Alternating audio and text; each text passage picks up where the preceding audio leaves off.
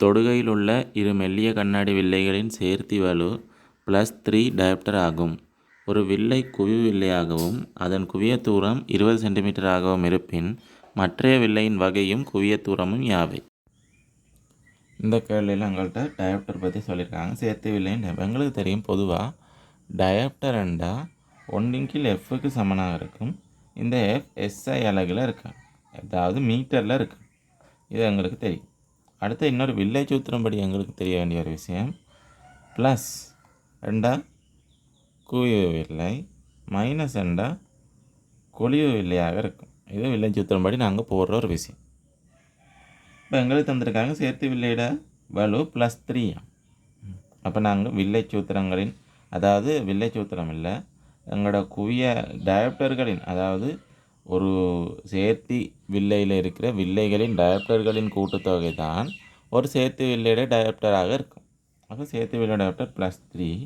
அது என்னத்துக்கு சமனாக இருக்குமாண்டா, ஒரு குவிய நீளம் தந்திருக்கிறாங்க, ஒரு குவிவு வில்லையின் குவிய தூரம் 20 சென்டிமீட்டர்.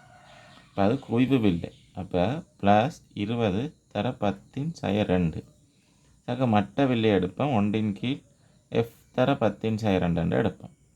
இதில் Fஐ கண்டால் நம்மளுக்கு சரியான விட வருமா இருக்கும்.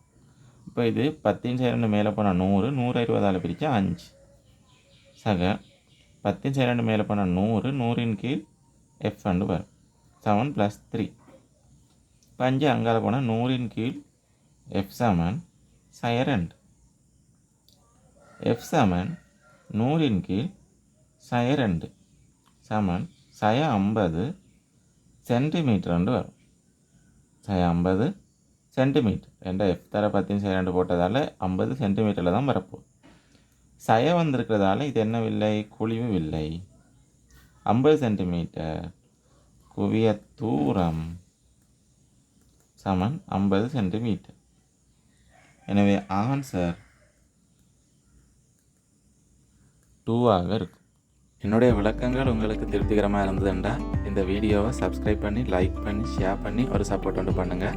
வீடியோவில் எதுவும் குறை நிறைகள் இருந்ததுன்றால் கமெண்ட்டில் மறக்காமல் தெரிவிங்க.